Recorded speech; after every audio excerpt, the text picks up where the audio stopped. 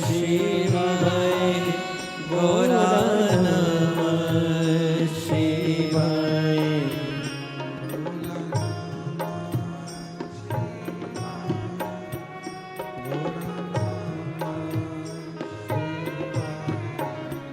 गौरा नमः शिवाय गौरा नमः शिवाय।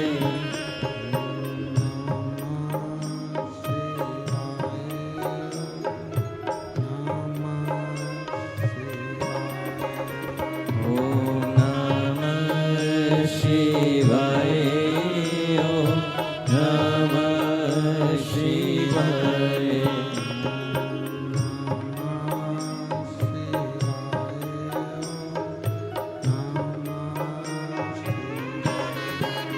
ओम नमः शिवाय ओम नमः शिवाय ओम।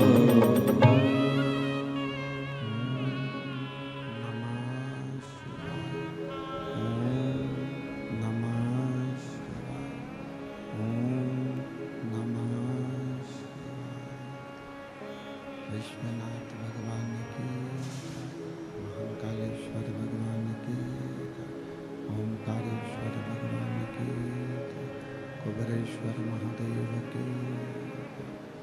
हर हर महादेव, हर हर महादेव, हर हर महादेव। काशी विश्वनाथ ओगरदानी त्रिकालदर्शी कैलाशी अविनाशी,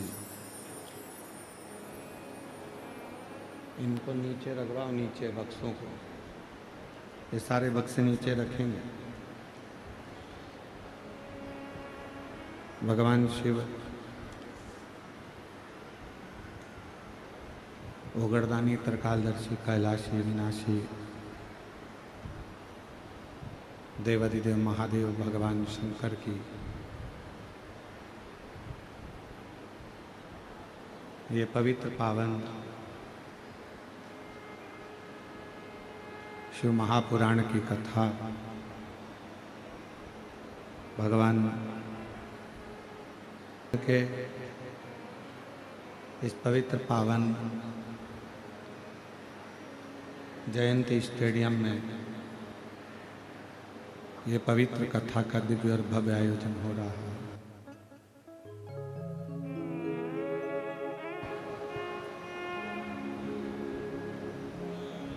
भगवान देवादिदेव महादेव भगवान शिव जो संपूर्ण जगत का कल्याण करने वाले हैं, संपूर्ण जगत का उद्धार करने वाले हैं,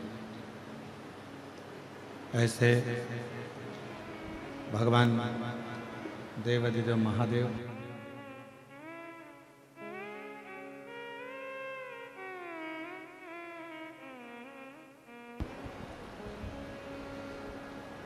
भगवान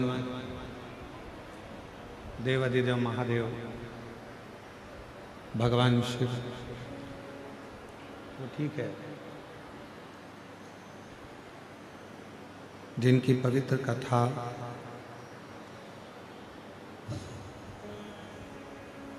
भगवान शिव की ही कृपा से, उनकी करुणा से, उनकी उदारता से आप और हम श्रवण करने के लिए बैठे हैं। भगवान देवादिदेव महादेव का ये पवित्र पावन श्रावण का महीना, जिस पवित्र पावन श्रावण के महीने में ये पवित्र पावन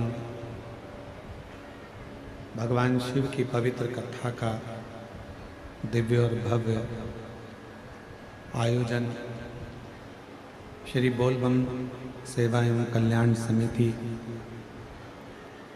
प्रदेश अध्यक्ष श्री दया सिंह जी भिलाई छत्तीसगढ़ से एक बार जोरदार ताली बजाकर उनका स्वागत वंदन अभिनंदन, जिन्होंने इस पवित्र कथा को जनमानस को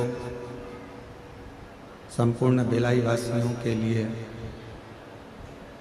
श्रावण के इस अवसर पर ये दिव्य और भव्य कथा कराई, उसके लिए श्री दया सिंह जी को बहुत बहुत साधुवाद। एक बार जोरदार ताली बजाकर उनका स्वागत वंदन अभिनंदन। भगवान शंकर को कैसे रिझाना है, भगवान शिव को कैसे मनाना है, किस तरह से आप भगवान देवाधिदेव महादेव को अपना बना सकते हो, किस तरह से आप भगवान शंकर को रिझा सकते हो, पूरे वर्ष में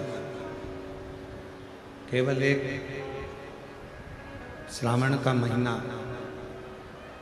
एक ऐसा होता है जिसमें मनुष्य हो, नाग हो, किन्नर हो, गंधर्व हो, सुर हो, असुर हो,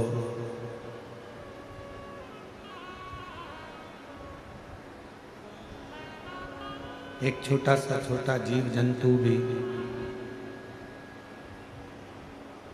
यदि भगवान शंकर के शिवालय तक, भगवान शंकर के मंदिर के सामने तक भी अगर पहुंच जाता है तो भी मेरे देव अधिदेव महादेव कृपा कर ही देते हैं, करुणा कर ही देते हैं।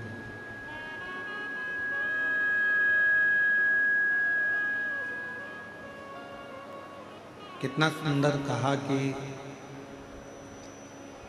समुद्र के तट पर बैठे हुए एक पक्षी, मिठास करो मिठास, समुद्र के तट पर बैठे हुए एक पक्षी ने सत्संग किया।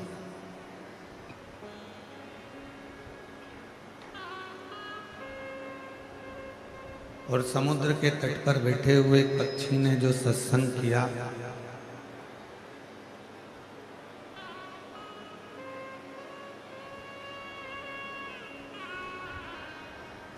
समुद्र के तट पर बैठे हुए पक्षी ने जो सत्संग किया,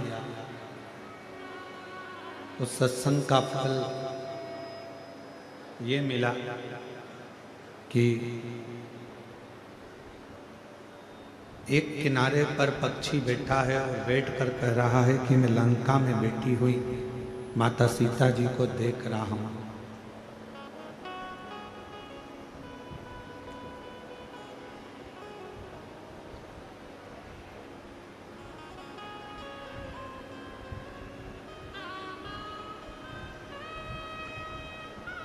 केवल एक पक्षी आवाज से नहीं, गला पकड़ रहा है, बिसिल जैसा हो रहा है, चोंगे जैसा, को मिठाई तो करो उसको,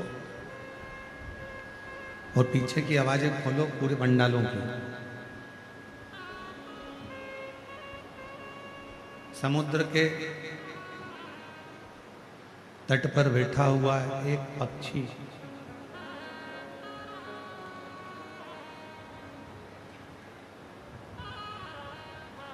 सत्संग का क्रम कर कर, सत्संग को धारण कर कर, सत्संग कर कर कहता है कि मैं लंका में बैठी हुई, लंका में विराजमान माता जानकी जी का दर्शन कर रहा हूं। अब जरा विचार करिएगा, सोचिएगा, स्मरण करिएगा, जरा विचार करिएगा कि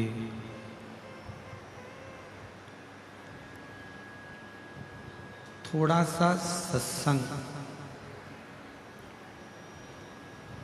एक पक्षी को मिल जाता है,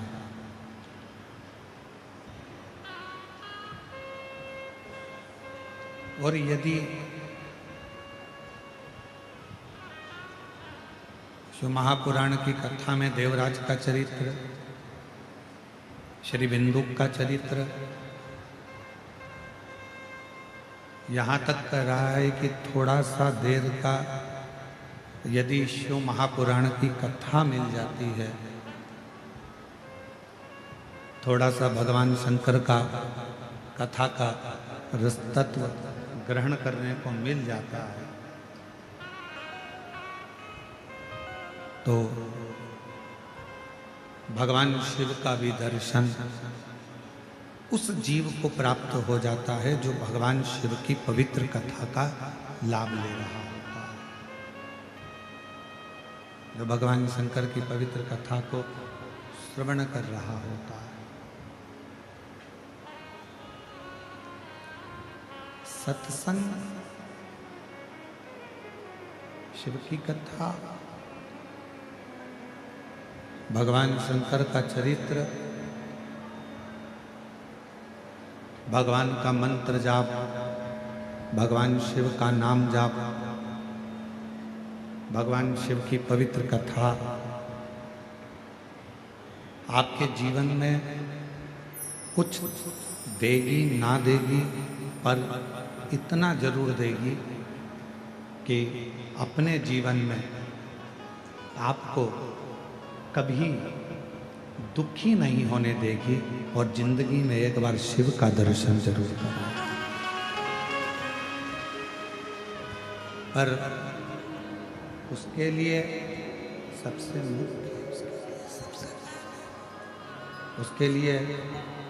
मुख्य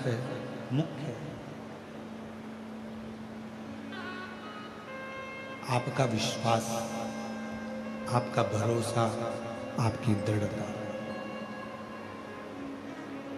वो मूल है।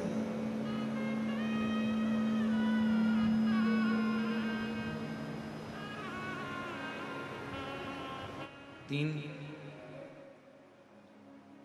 शब्द हैं, एक कर्णप्रिय होता है, दूसरा शब्द होता है वर्णप्रिय, और तीसरे नंबर का शब्द होता है धर्मप्रिय।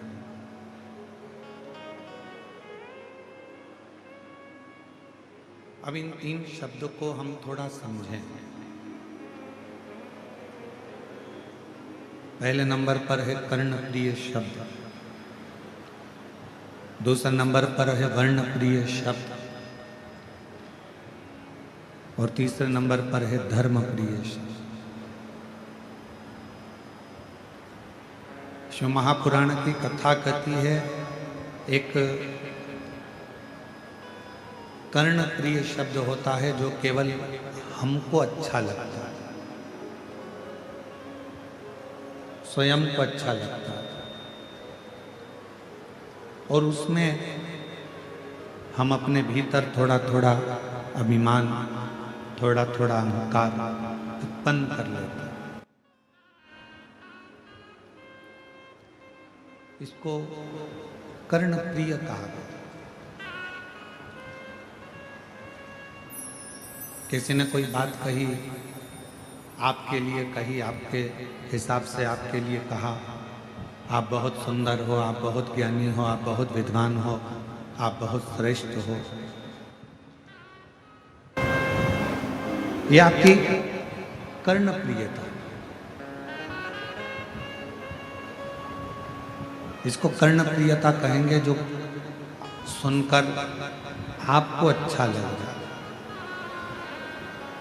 जो सुनकर आपको श्रेष्ठ लग रहा है, आपको अच्छा लग रहा है, आपके लिए बोला गया। पर ये जो कर्णप्रिय शब्द हैं, ये हमारे जीवन में थोड़ा अहंकार उत्पन्न कर देते हैं, थोड़ा अभिमान उत्पन्न कर देते हैं।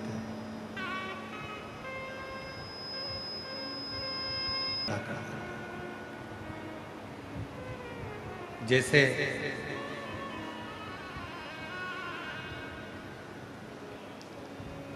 भगवान शिव का अवधूतेश्वर रूप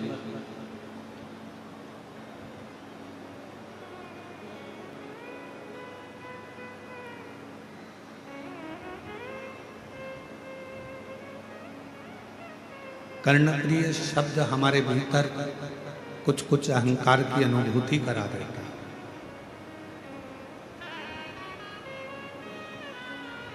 हमारे भीतर अभिमान को प्रकट कर देता है,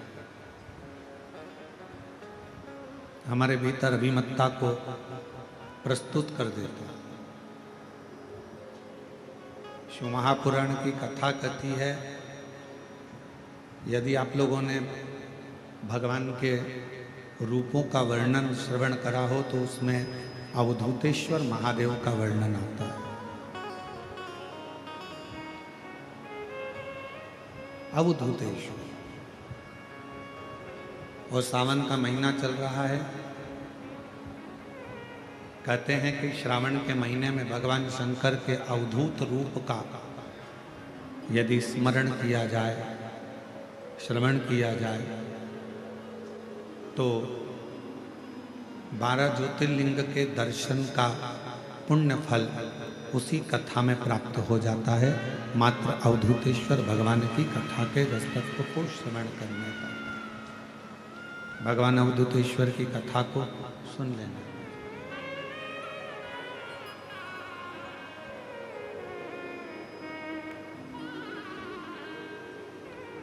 और ये कथा 3 शब्दों से प्रारंभ हो रही है। कर्णप्रिय, वर्णप्रिय और धर्मप्रिय।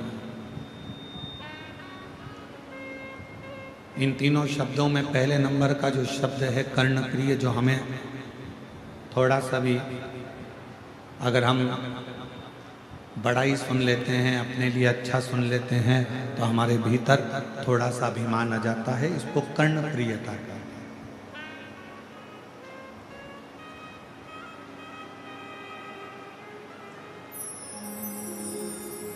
एक बार अवधूतेश्वर महादेव की कथा कहती है, अवधूतेश्वर नाथ की कथा कहती है कि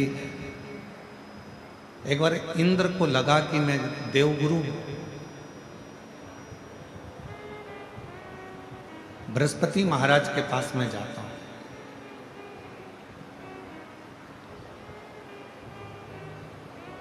थोड़ा सावधानी से सुनिएगा, आज की कथा का स्मरण बड़ा सुंदर है। अवधूतेश्वर महादेव की कथा है। मैं बृहस्पति महाराज के पास जाता हूं और उनसे मुझे थोड़ा सा बात करना है, थोड़ा स्मरण करना है, थोड़ी चर्चा करना है। तो मैं वहां जाकर कुछ चर्चा करता हूं। चले अपनी मस्ती में, अपने आनंद में, अपने आनंद के साथ अपनी अलमस्ती में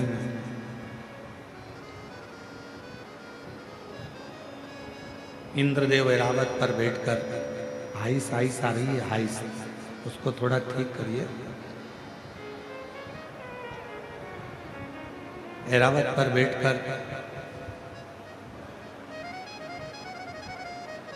इंद्रदेव बृहस्पति महाराज के घर पहुंचे, उनके कुटिया में। और बृहस्पति महाराज, शंभु शंभु शंभु, बृहस्पति महाराज की कुटिया में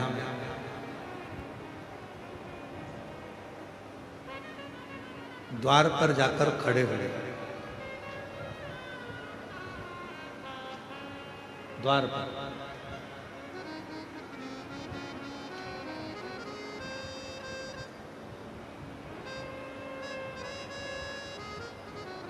हमारे बीच में शबरी नारायण वाले महाराज जी पधारे हैं। एक बार जोरदार ताली बजाकर स्वागत वंदन। प्रत्येक कथा में आपका आगमन होता है। भगवान देवाधिदेव महादेव की प्रत्येक कथा आप अवश्य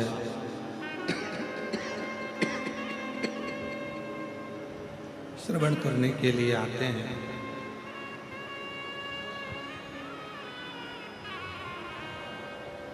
तो अवधूतेश्वर महादेव की कथा कर रही है। अवधूतेश्वर महादेव का चरित्र कर हाई सी आ रही है, गला पकड़ रहा बहुत।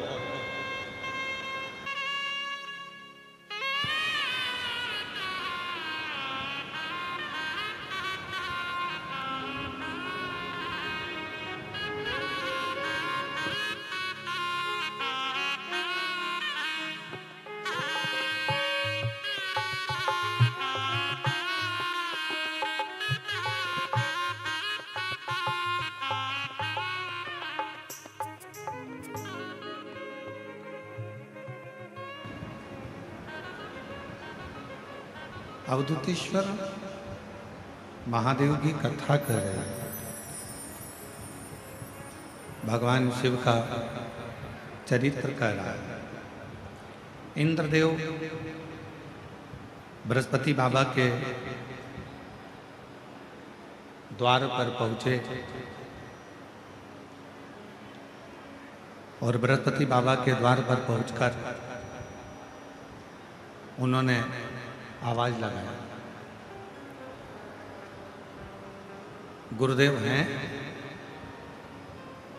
गुरुदेव हैं। जब बार बार आवाज लगाया गया, बृहस्पति महाराज की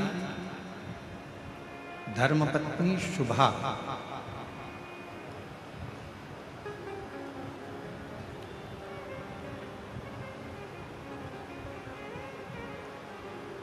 तीन धर्म पत्नियां थी, उसमें पहले नंबर पर थी शुभा, दूसरे नंबर पर थी तारा और तीसरे नंबर पर थी ममता।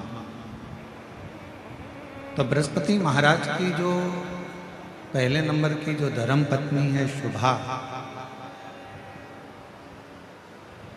पार्थिव लिंग का पूजन कर रही थी। पार्थिव लिंग की आराधना कर रही थी, पार्थिव लिंग की पूजन कर रही थी। और पार्थिव लिंग पूजन में वो डूबी हुई थी। इंद्रदेव ने दरवाजे पर पहुंचकर फिर आवाज लगाई, फिर वापिस आवाज दी गई, पर शुभा अपनी पूजन को छोड़कर, अपनी आराधना को छोड़कर उठी नहीं। वो अपनी आराधना में लगी हुई है। बस ठीक है, परंतु अंदर की आवाज नहीं आ रही, बाकी बाहर ठीक है।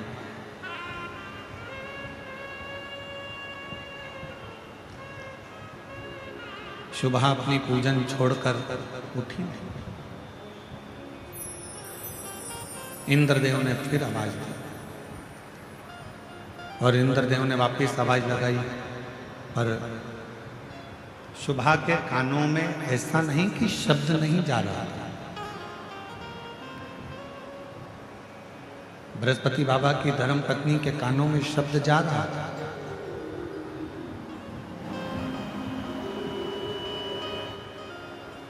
पर शुभा भगवान शंकर का अनुष्ठान छोड़कर, भगवान शंकर की पूजन छोड़कर, पार्थिव लिंग पूजन छोड़कर शुभा उठी। शिव महापुराण की कथा कहती है,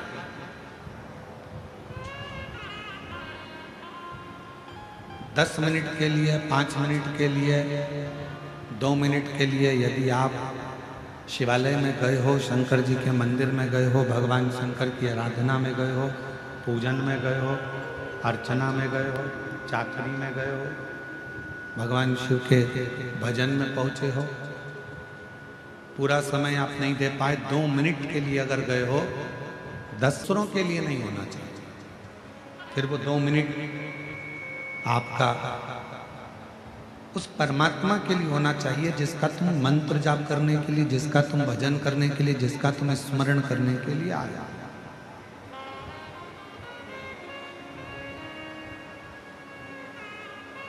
और मैंने तेरे ही भरोसे बाबा तेरे ही भरोसे हवा बीच उड़ती जावांगी बाबा डोर है तो चढ़ीना में घटी जावांगी भोले मैं तेरी पतंग शंभू मैं तेरी पतंग हवा बिछ उड़ती जावांगी बाबा डोर है तो छड़ीना में कटी जावांगी। जितनी देर आप भगवान शिव की आराधना में लगा रहे हैं, जितनी देर आप भगवान शंकर को दे रहे हैं, 2 मिनट भी अगर आप भगवान शिव को दे रहे हैं, 5 मिनट भी आप यदि भगवान शंकर को दे रहे हैं, तो उस 5 मिनट पूरा शिव का पूरा शिव।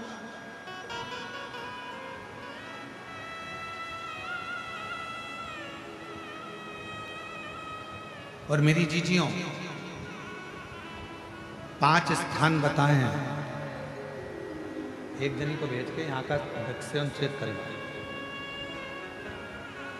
5 स्थान बताएं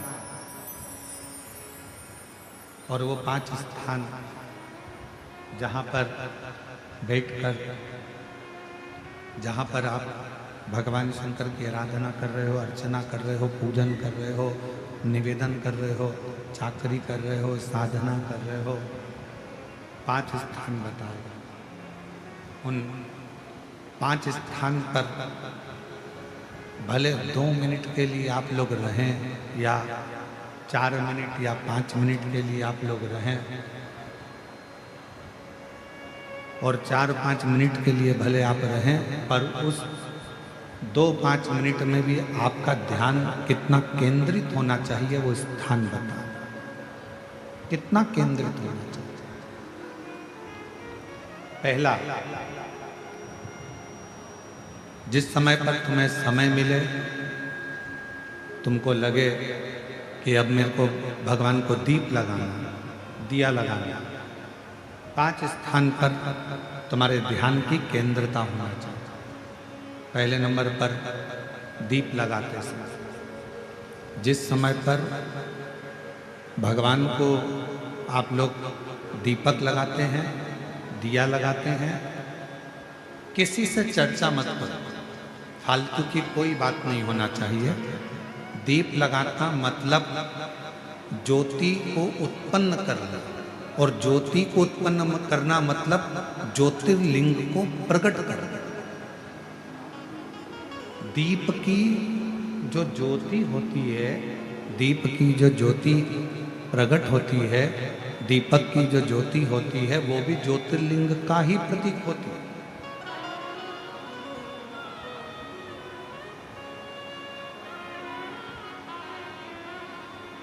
दीपक की जो ज्योति है वो ज्योतिर्लिंग का ही प्रतीक है,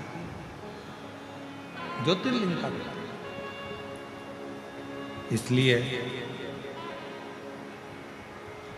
दीपक लगाते समय व्यर्थ की किसी से बात ना करी जाए। दीपक लगाते समय किसी से व्यर्थ की बात ना करते हुए, जिस दीपक को आप प्रज्वलित कर रहे हो, जिस दीपक को आप लगा रहे हो, आपका ध्यान उस शिव की ज्योति में केंद्रित होना चाहिए।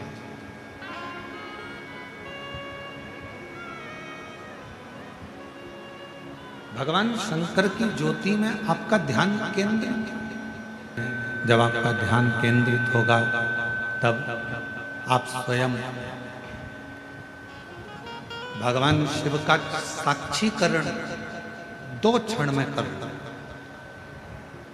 तो दीप जलाते समय चाहे मंदिर में दीपक लगाओ, चाहे घर के अंदर मंदिर में दीपक लगाओ, चाहे बेलपत्र के वृक्ष के नीचे दीपक लगाओ, चाहे आंवले के वृक्ष के नीचे दीपक लगाओ, चाहे आप घर के दरवाजे पर दीपक लगाओ, दीपक लगाते समय तुम्हारा ध्यान केंद्रित दीप में जो ज्योति है, ज्योति में जो शिवलिंग है, ज्योतिर्लिंग है, उस ज्योति का दर्शन करते समय अपने ध्यान को केंद्रित करो।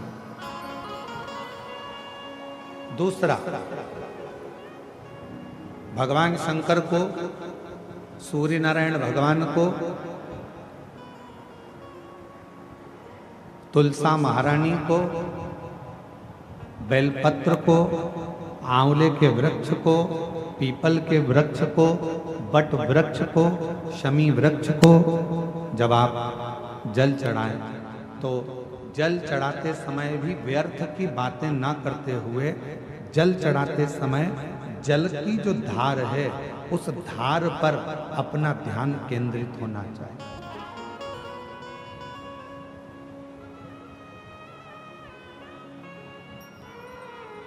उस प्रेशर बढ़ाओ, प्रेशर, उस धार पर आपका जल की जो धार हो उस धार पर आपका ध्यान केंद्रित, दीपक की ज्योति पर आपका ध्यान केंद्रित हो, जल की धार पर आपका ध्यान केंद्रित हो।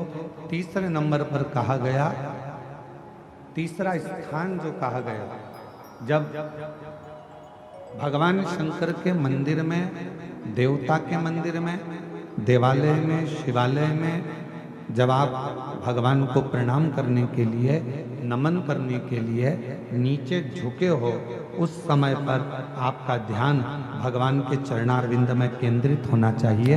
ये तीसरे नंबर का स्थान है।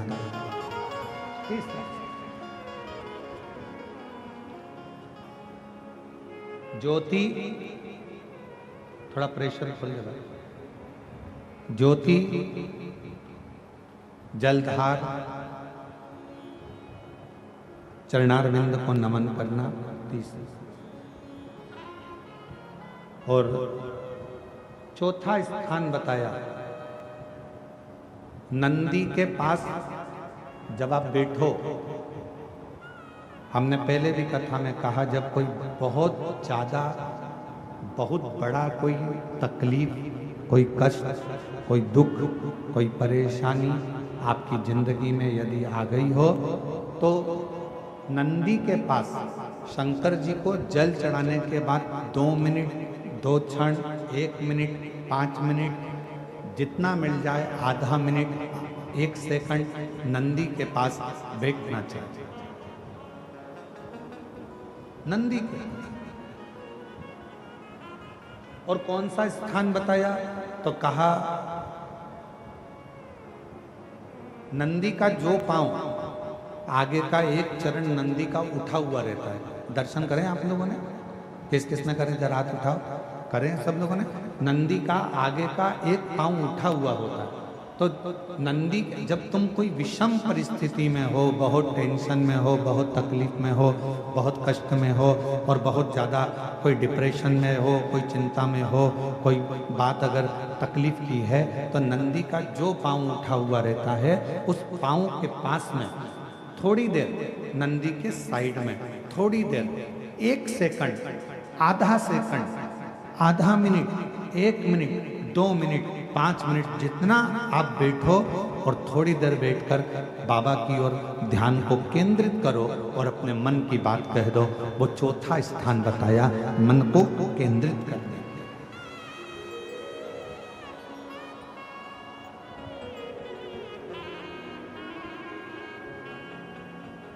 पांचवा स्थान, जब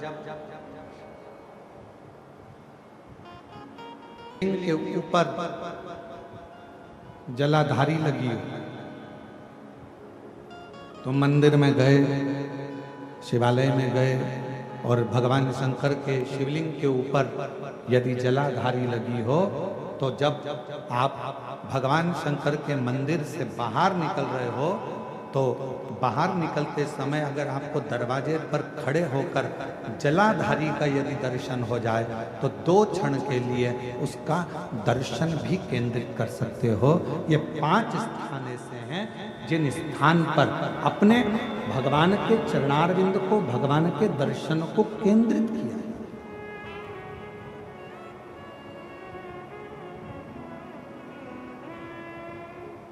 5 सभी लोग बोलेंगे साथ में। पहला,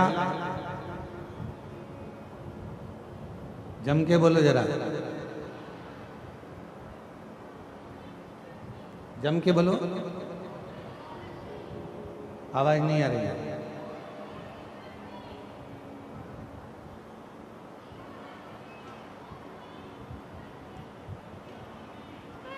दीपक की ज्योति।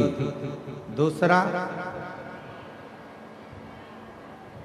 जम के बोलो जरा, जल की धार। तीसरा,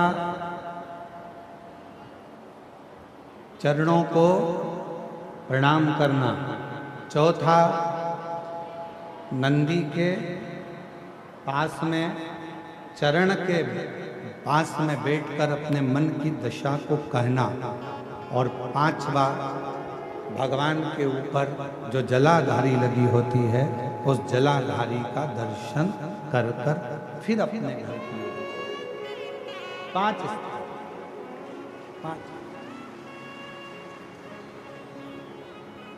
और जब शिव भक्ति में लगे हो, भगवान शंकर के विरल भक्ति में लगे हो, भगवान शंकर के भजन में लगे हो, भगवान शंकर के विरल भक्ति में लगे हो, जैसे बृहस्पति महाराज की धर्म पत्नी शुभा भगवान शंकर के पार्थिव लिंग का पूजन कर रही थी और पूजन के समय पर उसके कानों में शब्द गया, उसके कानों में शब्द पहुंचा और शुभा के कानों में शब्द पहुंचा पर शुभा उठी नहीं, क्योंकि अपने ध्यान को केंद्रित करने में लगी,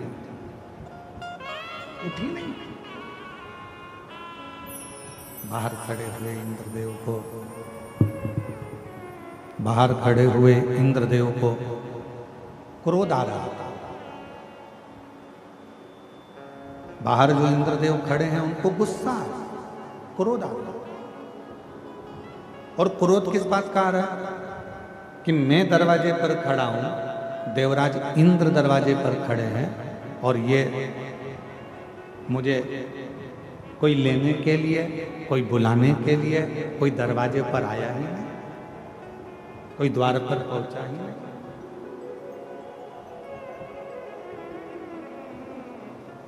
क्रोध आ गया, इंद्र को क्रोध आया। और जैसे ही इंद्र जी को क्रोध आया, गुस्से में आकर इंद्र अपशब्द कहने ही वाले थे और थोड़ी देर में बृहस्पति महाराज इंद्र को दरवाजे पर लेने के लिए आ गए। इंद्रदेव ने बृहस्पति महाराज को नमन किया। बृहस्पति महाराज ने इंद्रदेव का आदर करा, सम्मान करा, सत्कार करा और कहा कि बृहस्पति महाराज, अच्छा हुआ आप मुझे लेने के लिए आ गए।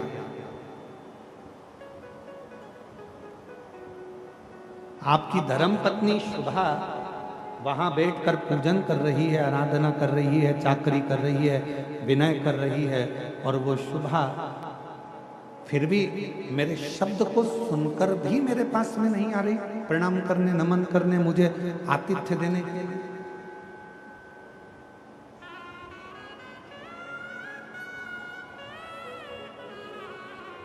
गुस्से में लाल हो गए इंद्रदेव, और गुस्से में लाल होकर इंद्रदेव ने कहा, मैं इस शुभा पर मैं वज्र का प्रहार कर देता।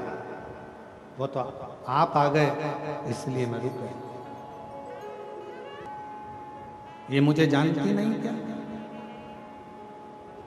बृहस्पति महाराज ने कहा कि आप क्रोध मत करिए, आप शांत रहिए। हो गई शुभा भगवान शिव की आराधना में लगी थी, साधना में लगी थी, भजन में लगी थी, कीर्तन में लगी थी, स्मरण नहीं कर पाई, नहीं देख पाई।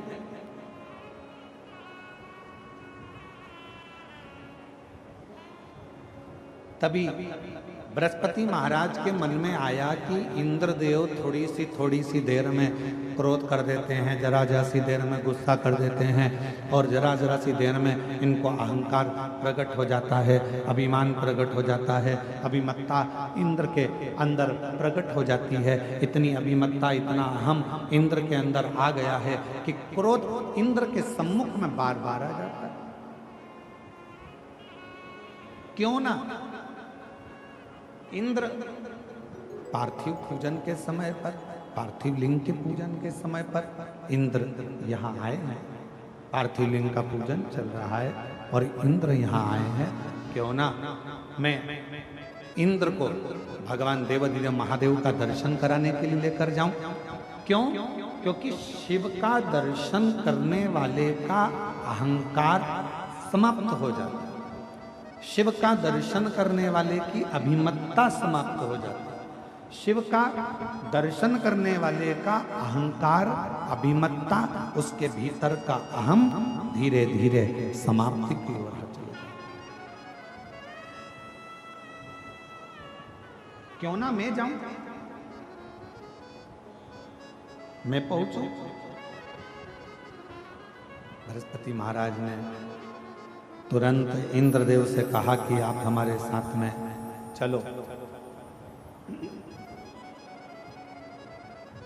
आप हमारे साथ चलो, हम और आप भगवान देवाधिदेव महादेव का दर्शन करने के लिए चलते।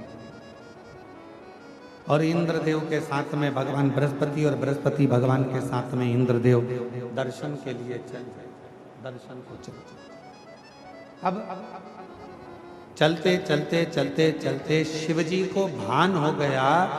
शिव महापुराण की वायव्य संहिता कहती है, जब कोई स्त्री पुरुष मनुष्य कोई भी शंकर जी के मंदिर की ओर आगे बढ़ता है, शंकर जी के मंदिर की ओर जाना चाहता है, जब कोई स्त्री पुरुष मनुष्य शिवालय की ओर आगे बढ़ता है, तब भगवान शंकर का ध्यान उस मनुष्य पर पड़ जाता है। भगवान शिव का ध्यान उस मनुष्य पर हो जाता है। और मनुष्य का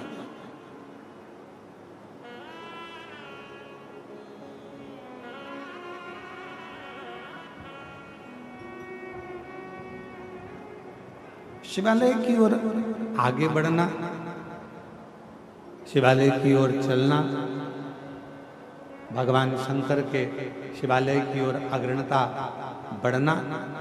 मेरी जीजियों, मेरे जीजाओं, मेरी बेटियों, बेटाओं, मेरी माताओं, मेरे भाई, मेरी बहनें, ध्यान रखना, आप भी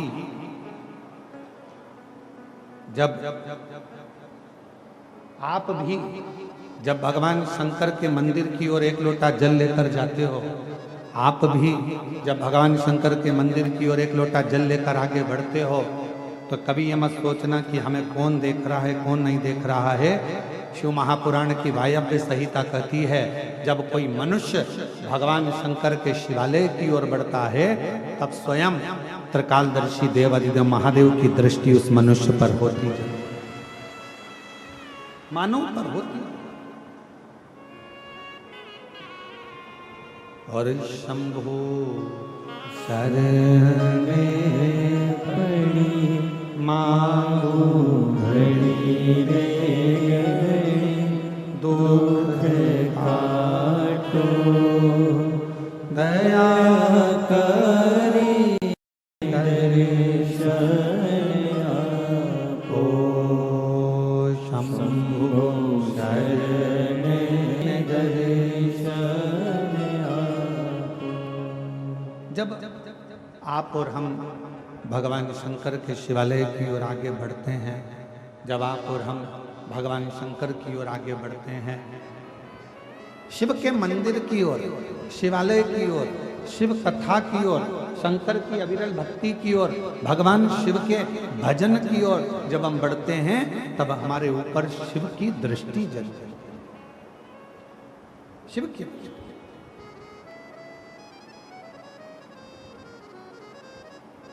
भगवान देवाधिदेव महादेव की दृष्टि। और शिव महापुराण की कथा कर रही है, भगवान शंकर का पवित्र चरित्र कह रहा है, शिव तत्व कह रहा है, शंकर भगवान की पवित्र कथा कह रही है।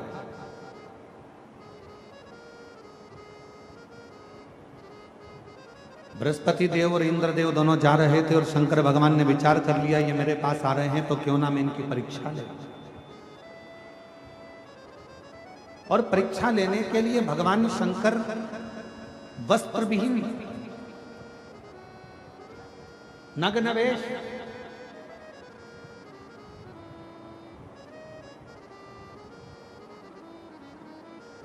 तन पर कोई कपड़ा नहीं है, भस्म रमी है, बाल खुले हैं, त्रिनेत्र हैं, और भगवान शंकर ने अपना भस्म रूप धारण कर कर, नग्न वेश धारण कर कर, अवधूत रूप धारण, शिव शिव है।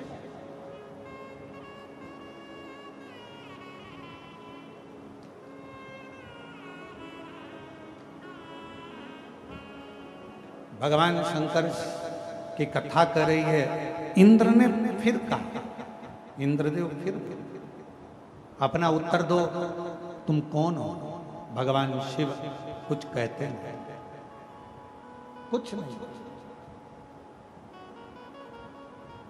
जब भगवान देवाधिदेव महादेव कुछ नहीं बोले, तब इंद्र को फिर गुस्सा आ गया। अब की बार उसने वज्र उठाया और वज्र उठाकर भगवान शंकर की ओर फेंकने लगे। जैसे ही वज्र शिवजी की ओर फेंका, वैसे ही भगवान शंकर ने उस वज्र के समेत इंद्र के हाथ को काट दिया। इंद्र का हाथ कटते ही इंद्र बिलखने लगे, रोने लगे। बृहस्पति महाराज समझ गए, यह कोई साधारण सा पुरुष नहीं है, ये साधारण सा कोई मनुष्य नहीं है, ये स्वयं देवाधिदेव महादेव हैं, जो हमारी इस यात्रा के अंदर इंद्र के अभिमान को तोड़ने के लिए, इंद्र की अभिमत्ता को तोड़ने के लिए, इंद्र के अहम को तोड़ने के लिए, ये कोई साधारण नहीं है।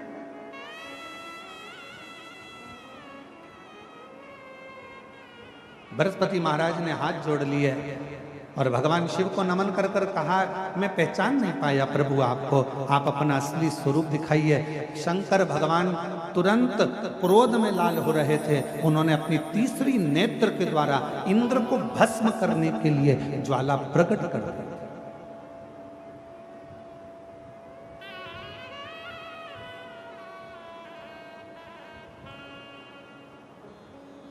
बृहस्पति महाराज ने हाथ जोड़ लिया, क्षमा करो क्षमा करो क्षमा करो।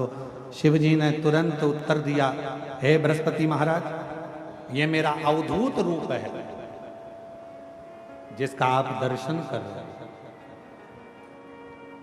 ये मेरा अवधूत रूप है जिसका आप दर्शन कर रहे हैं।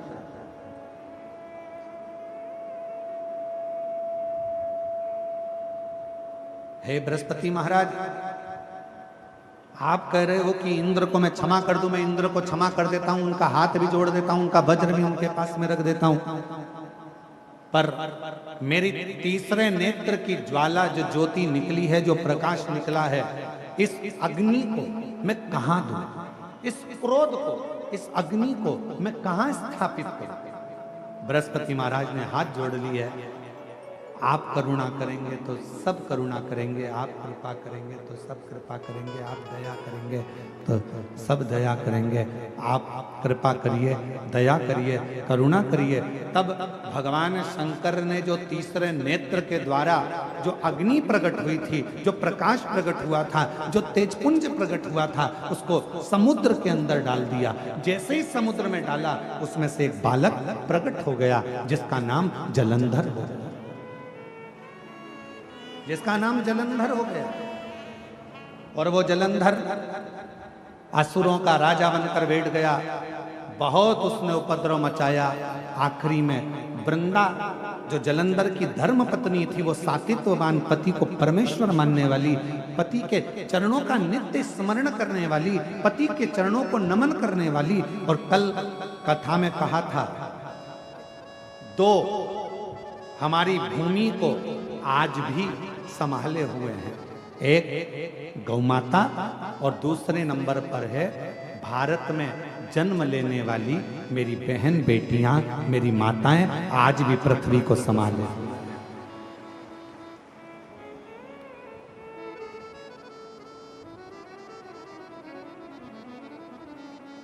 आज भी भारत की भूमि पर जो बेटियों का जन्म होता है, भारत की भूमि पर जो लड़कियों का जन्म होता है, जो कन्या का जन्म होता है, जो बेटियों का जन्म होता है, भारत की भूमि पर जितनी बहनें हैं, भारत की भूमि पर जितनी बहुएं हैं, भारत की भूमि पर जितनी दीदियां हैं, भारत की भूमि पर जितनी माताएं हैं, भारत की भूमि पर जितनी स्त्रियां हैं, भारत की भूमि पर जितनी नारियां हैं, आज भी हमारी भारत माता की भूमि को संस्कारों में अगर संजो रही हैं तो ये भारत की माताएं हैं जो संस्कारों की दैनी है, संस्कारों को संजोने वाली।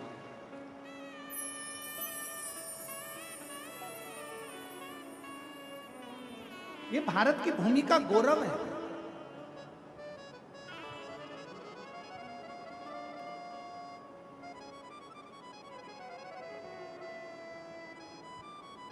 और फिर निवेदन करेंगे, बेटा जन्म लेता है भाग्य से और बेटी जन्म लेती है सौभाग्य से। अगर तुम्हारे घर में बेटी का जन्म हुआ है तो तुम्हारा भाग्य की कथा कहती है, कुर्म पुराण कहती है, नर्मदा पुराण कहती है। जिस समय पर हिमालय राज के घर में माता पार्वती का जन्म हुआ था, दुनिया शास्त्र कहता है कि देवताओं का जन्म हुआ तो ऐसा ऐसा उत्सव मना, पर हिमालय राज की कथा कहती है जब माता पार्वती का जन्म हुआ, जिस दिन से माता पार्वती जी जन्मी थी और जिस दिन तक माता पार्वती विवाह कर कर अपने पति के घर ना चली गई, तब तक माता पार्वती जी का रोज का जन्मोत्सव मनाया जाता था कि मेरे घर में बेटी ने जन्म लिया, बेटी ने जन्म लिया। इतना गौरव हमारे भारत माता की बेटियों में है, इतना गौरव।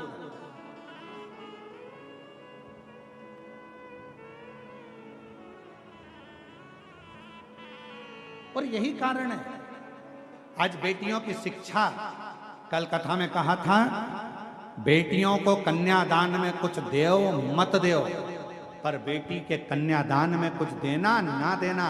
पर इतना याद रखना, तुम्हारे घर में अगर बेटी जन्म ले ले तो उसको अच्छे कॉलेज में, अच्छे स्कूल में अच्छी शिक्षा जरूर देना, अच्छा संस्कार जरूर देना, तो बेटी को कन्यादान देने की जरूरत नहीं पड़ेगी। आपकी बेटी खुद ज्ञानवान रहे, उसका कन्यादान ही उसकी शिक्षा है। वृंदा का सातित्व, पति के चरणों का प्रेम, पति के चरणों का स्नेह, पति के चरणों की प्रीति, पति के चरणारविंद की पूजन वृंदा करती थी, जिसके कारण बस जलंधर और उत्पाती होता चलेगा। क्योंकि जलंधर को मालूम था जब तक वृंदा है तब तक मेरे प्राण नहीं जाएंगे, नहीं जाएंगे। पर गजब कब हुआ, जब जलंधर एक बार उपद्रव करते करते करते करते एक शिवालय के पास में पहुंच गया, और एक शिवालय के पास में जैसे ही पहुंचा, उस शिवालय में भगवान शंकर का शिवलिंग था और जलंधर ने क्रोध आया,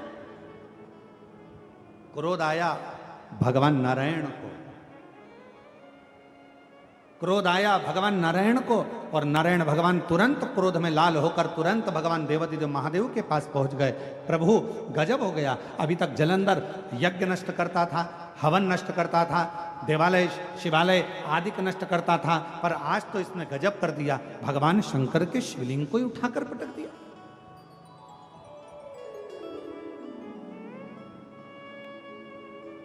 भक्त का मन दुख गया, भगवान नारायण का मन दुखा, भगवान नारायण का हृदय दुखने लगा।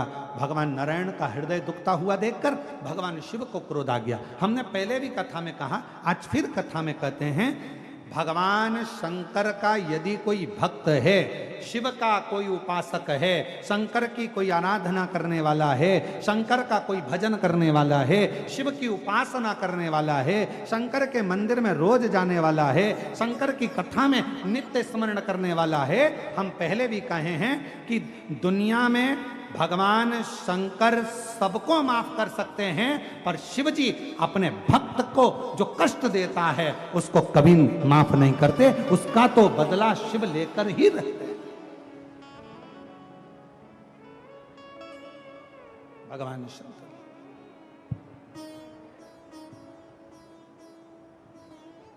उसका तो बदला भगवान शिव लेकर ही रहते, लेकर ही।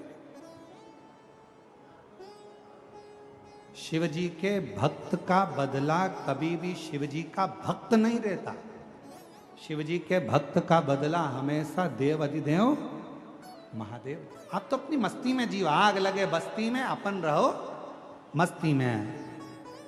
क्या किसको रोइए, जम के बोलो जरा, चादर तान के सोइए। अपनी अलमस्ती में जिंदगी जियो, अपने आनंद में जियो। कोई गाली दे रहा है उसका भी जवाब भगवान भोलेनाथ देगा। कोई आड़ा टेढ़ा कह रहा है उसका भी जवाब भगवान भोलेनाथ देगा। कोई अपशब्द कह रहा है उसका भी जवाब भगवान शंकर देगा। तुम अपनी जिंदगी में, अपने आनंद में, अपनी अलमस्ती में दियो। हमने पहले भी कहा था, रो रो कर जिंदगी जीने से अच्छा है थोड़ा मुस्कुरा कर जिंदगी जियो, तो पड़ोसी को भी अटेका जाएगा तुम्हारी मुस्कुराहट देखकर। तुम्हारे चेहरे की प्रसन्नता देखकर, तुम्हारी मुस्कुराहट देखकर दुनिया के लोगों को बड़ा टेंशन होगा। बताओ, गजब का व्यक्ति है, हमेशा मुस्कुराता रहता है, इसके चेहरे पे तो सल ही नहीं है, रत्ती भर का भी सल नहीं है। बताओ, दुनिया कितनी गाली देती है, दुनिया कितना अपशब्द कहती है, कितना ताना देती है, कितना आड़ा टेढ़ा बोलती है। बताओ, मेरी पड़ोसन को देखो, शंकर जी के मंदिर, सिर में बांधा जूड़ा, लगाई बिंदी और हाथ में पकड़ा लोटा और पहुंच गई शंकर जी के मंदिर। बताओ, दुनिया कितना आड़ा टेढ़ा बोल रही, लोग कितना अपशब्द कर रहे हैं, इसको कोई फर्क ही नहीं पड़ रहा। क्यों? क्योंकि उसने कथा सुन रखी है, आग लगे बस्ती में अपन रहो मस्ती में। उसने कथा सुन रखी है, उसको मालूम है जो ज्यादा जितना जितना गाली दे, जितना जितना शब्द कहे, तुम उतनी जोरदार खजूर वाली चोटी बनाओ, जूड़ा और मंदिर जा। श्री शिवाय नमस्ते। हर हर महादेव। अपन कब तक रोएंगे? उसने कुछ कह दिया तो रोने बैठ गए, उसने कुछ बोल दिया तो रोने बैठ गए। कब तक रोएंगे?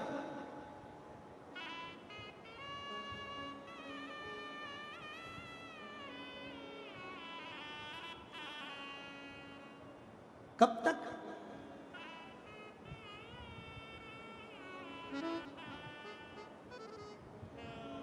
हम तो बाबा के भरोसे चलते हैं, हम तो बाबा के भरोसे चलते हैं। ये दुनिया वाले जलते हैं, ये दुनिया वाले जलते हैं, हम तो बाबा के भरोसे चलते हैं, हम तो बाबा के भरोसे चलते हैं। एक पत्र आया है, अच्छा है।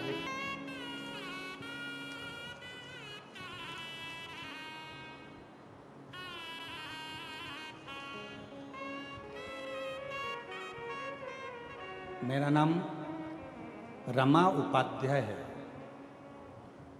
मेरी आयु 70 वर्ष है।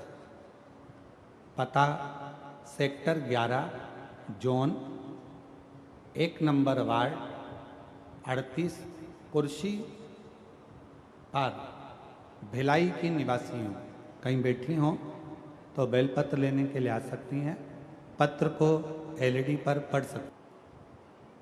गुरुजी, मेरा जेठानी की बेटी की शादी को कई वर्ष हो गए थे, लेकिन कोई संतान नहीं थी।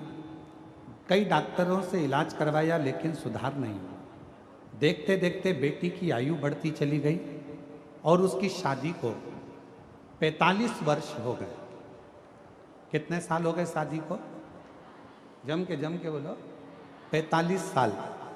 45 वर्ष उसको शादी को हो गए और 45 वर्ष होने पर भी उसके घर में संतान का सुख नहीं है। तब हमने आपकी कथा यहीं कुर्सी पार में सुनी और अपनी जेठानी की लड़की से कहा कि वो सियोर वाला महाराज सफ़ेद आंकड़े की जड़ का उपाय बताता है। सफ़ेद आंकड़े की जड़ का प्रयोग करो, पशुपति नाथ का व्रत करो। और हमारी जेठानी की लड़की ने व्रत किया, सफ़ेद आंकड़े की जड़ का प्रयोग किया और बाबा की ऐसी कृपा हुई, शादी के 45 वर्ष के बाद 30 मई 2025 को बाबा की कृपा से जुड़वा 2 बेटों ने जन्म लिया। हम बाबा को यहाँ प्रणाम करने के लिए। शादी के कितने साल बाद? 45। आज के जमाने के नवयुवक बेटा बेटियां 2 साल 3 साल संतान नहीं हो, 4 साल संतान नहीं हो तो डिप्रेशन में जाते हैं। ना जाने कब होगी, लोग अपशब्द कर रहे हैं, ताना दे रहे हैं, बच्चे नहीं हो रहे, 10 साल तक नहीं हो रहे, 12 साल तक नहीं हो रहे। यहाँ 45 साल की शादी के हो गए और बाबा की कृपा, शिव की कृपा, इसको कर। एक पत्र और अच्छा है जी।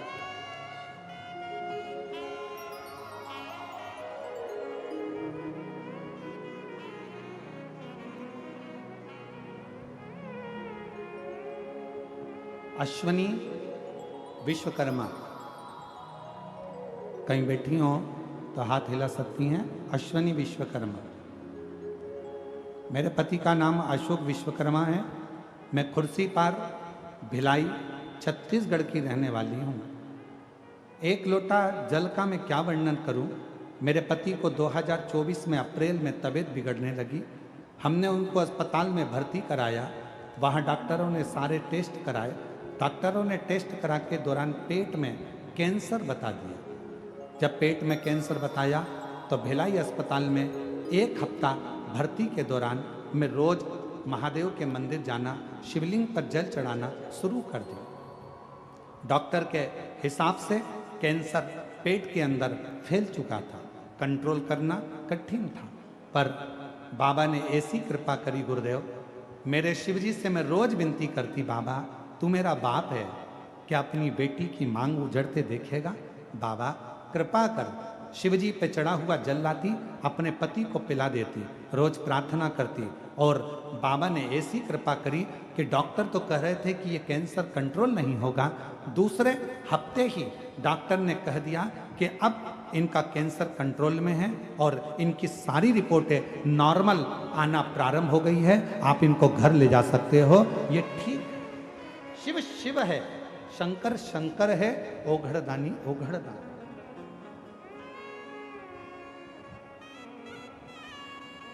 और जो जैसी भावना लाया वो वैसा ही फल पाया। जो जैसी भावना सब बोलिए सब, वो वैसा ही फल पाया। नहीं खालियों से लुटा दिया भंडार, काशी वाले ने लुटा दिया भंडार, काशी वाले ने कर दिया माला मान, काशी वाले ने। आप जिस भावना से आए, जिस भाव से आप शिव को जल चढ़ा रहे हो, जिस भाव से आप शंकर जी की आराधना कर रहे हो, जिस भाव से आप शिव की स्तुति कर रहे हो, जिस भाव से आप शंकर को रिझा रहे हो, भगवान देवाधिदेव महादेव आपकी वो मन की कामना पूर्ण जरूर करता है। जो जैसी भावना लाया वो वैसा ही फल पाया।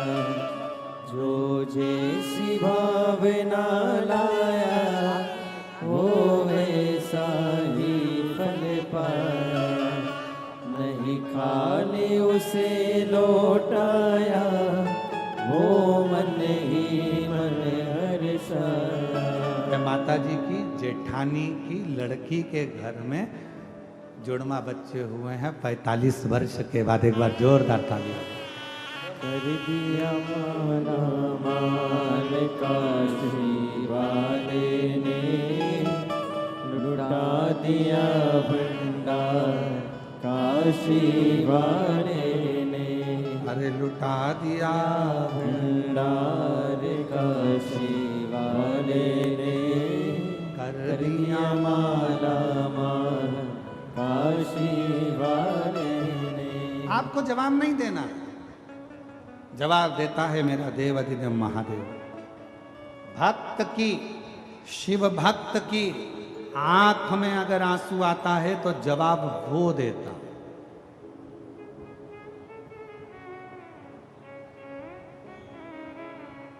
वो आपको नहीं देता। आप तो शांत। ए मेरी जीजियों, एक उत्तर दीजिएगा जरा।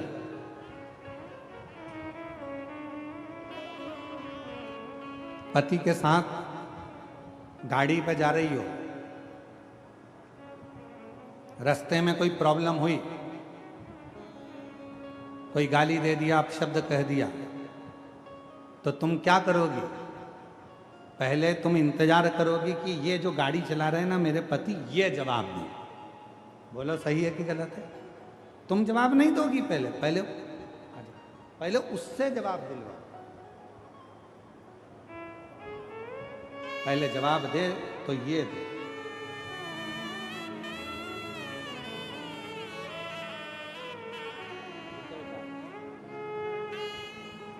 इनके पति को पेट में कैंसर हो गया था, पूरे शरीर में फैल रहा था। डॉक्टर ने बड़ी कृपा करी। और फिर निवेदन करूं, डॉक्टर शिव का एक रूप होता है, जो वो दवाई दे, जांच कराए, जरूर लो, दवाई भी लो, जांच भी कराओ, और शंकर जी पे पूरा भरोसा करो, मेरा शंकर भगवान रोग से मुक्त जरूर करेगा, ये विश्वास है। पति के साथ पत्नी जा रही है और कोई विवाद खड़ा हो गया, कोई बात हो गई, कोई अपशब्द हो गया, कोई गाली दे दी, कोई आड़ा टेढ़ा कह दिया। पत्नी सोचती है मेरा जवाब मेरा पति देगा, मैं नहीं बोलूँगा। उसी तरह जो भक्त होता है ना शिव जी का, वो इंतजार करता है मेरा जवाब मेरा शंकर देगा, आज नहीं तो कल देगा, और देगा जरूर, और वो समय जाकर छोड़ देगा, छोड़ दे। इसलिए निवेदन, फिर निवेदन कर, किसी पर कीचड़ उछालना तो सोच समझ कर उछालना। एक दिन वही कीचड़ अपने पर उछले। किसी को आड़ा टेढ़ा बोलना, सोच समझ कर बोलना, एक दिन वही शब्द हमारे पास आएंगे। किसी को बद्दुआ देना तो सोच समझ कर देना, वही बद्दुआ एक दिन पलट कर हमारे पास आए। और मत बुरे कर्म कर बंदे, वरना पछताएगा, भगवान की आंखों से तू बच नहीं पाएगा। करना रानी, तेरे कर्म का फल भी तू ही पाएगा, जैसा किया तूने तेरे आगे आएगा। मत बुरे कर्म कर बंदे, वरना पछताएगा, भगवान की आंखों से तू बच नहीं पाएगा, तू बच नहीं पाएगा। अपना कर्म करते चल, बढ़ते चल, चलते चल,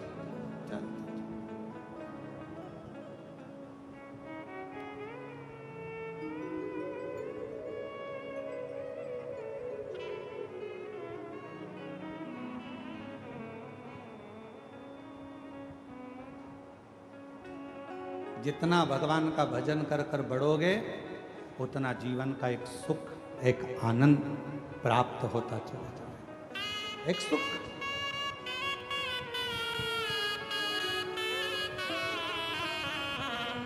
जितना भजन करते चले। और अवधूतेश्वर जलंधर की पत्नी वृंदा शिव जी के शिवालय में जाकर शंकर भगवान के शिवलिंग को तोड़ दिया। भगवान नारायण को दुख हुआ।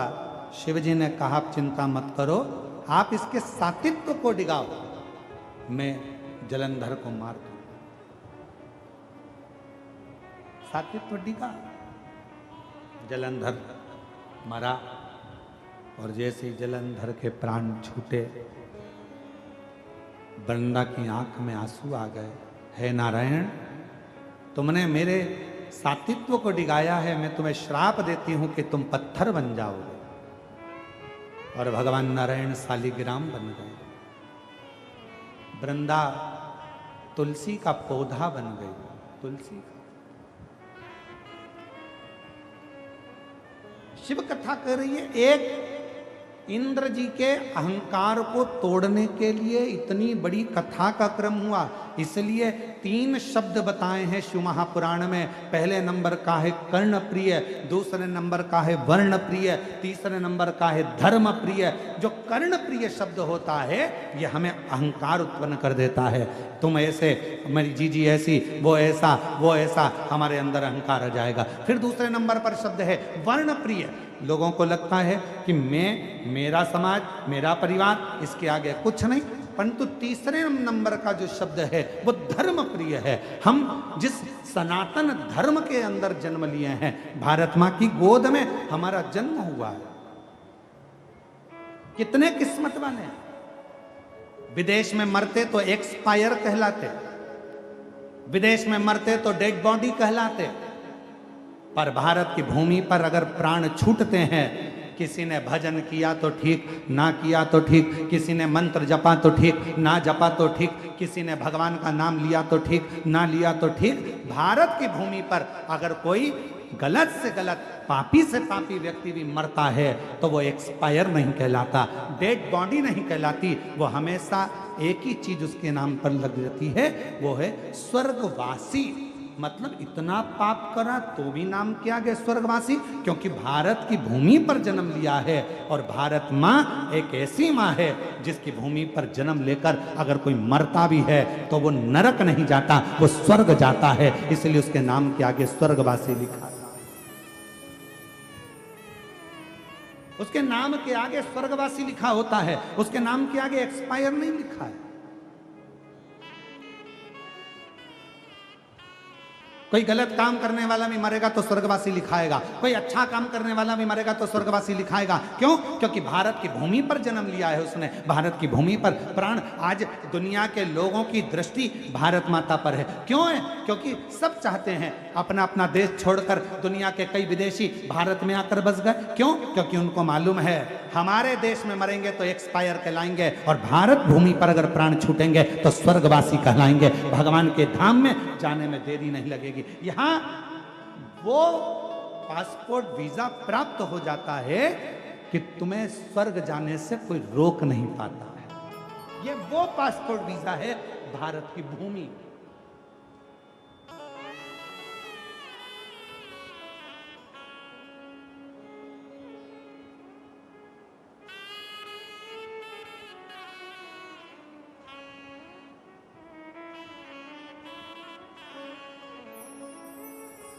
ये वो भारत की। इसलिए शिव महापुराण की कथा कहती है भगवान शंकर का स्मरण, भक्ति, नाम जाप, मंत्र जाप, स्मरण, कीर्तन हमें सुख प्रदान करता, हमें सुख देता।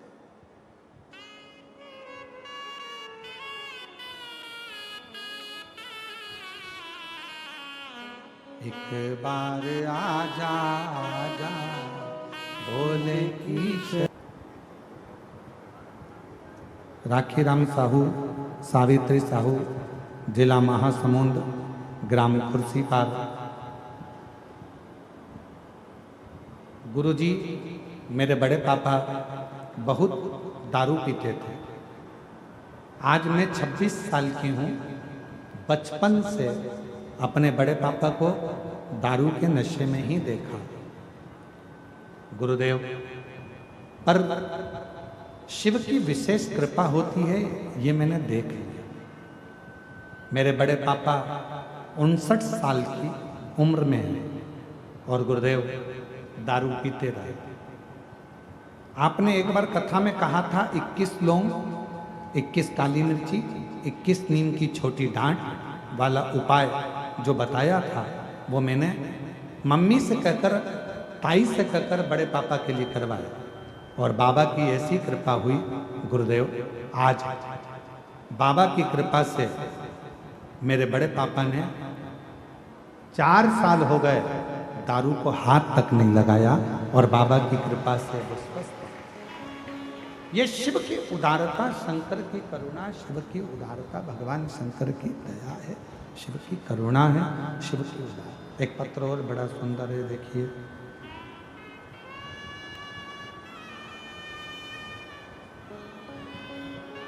मेरा नाम श्रीमती निशा मानिकपुरी है और मेरे पति का नाम अमित दास मानिकपुरी है। मैं धनेली गिरोन थाना धरसिंगा जिला रायपुर की रहने वाली हूँ।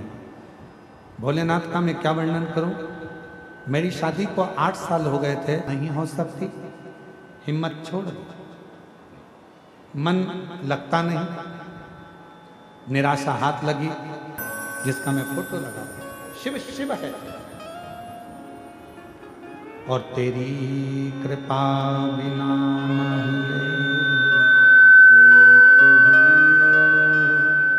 लेते हैं श्वास तेरी कृपा से तनो तनो। प्रखर चंद्राकर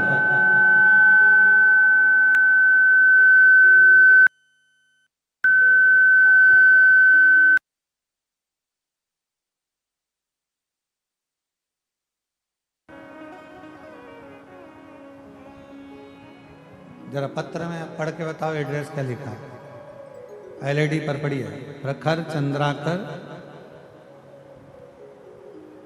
न्यू वोको सीमेंट कॉलोनी सोना डीही जिला बालोदा बाजार छत्तीसगढ़। न्यू बोको है, पढ़ो जरा जल्दी से। प्रखर Chandrakar new Boko cement colony सोना डीही जिला बालोदा बाजार छत्तीसगढ़, जिसमें मैं फेल हो गया गुरुदेव। फिर मेरी माँ ने कहा कि सियोर वाला महाराज कहता है कि खूब मेहनत कर, रात दिन पढ़ाई कर और आखिरी में बेलपत्र पर शहद लगाकर शिवजी को चढ़े जा, बाबा सुनेगा। मैंने पशुपतिनाथ का व्रत भी किया, 1 लोटा जल रोज चढ़ाना प्रारंभ करा, खूब मेहनत करी, जितना पढ़ता था उससे 4 गुना ज्यादा मैंने पढ़ाई करी। आप कहते हो रात दिन एक कर दे, मैंने रात दिन एक करा और बाबा की कृपा से आज मैं सीए की परीक्षा में उत्तीर्ण हो गया और मैं सीए बन गया। मैं बाबा को यहाँ प्रणाम करने के लिए आया, भगवान शिव को प्रणाम करने के लिए, भगवान शंकर को यहाँ मैं प्रणाम करने के लिए। और तेरी कृपा का क्या है भरोसा, गला पकड़ रहा है बहुत माइक। तेरी कृपा का क्या है भरोसा, कब किस पर हो जाए, जरा सी हम पर कर दो, जरा सी हम पर कर दो। तेरी कृपा का क्या है भरोसा, कब किस पर हो जाए, जरा सी हम पर कर दो, जरा सी हम पर कर दो। जिस पर भी हो गई तेरी कृपा करुणा, वो भव पार हुआ, भव पार हुआ। आप ही हो चाहे जितना उसका भी बाबा उद्धार हुआ, उद्धार हुआ।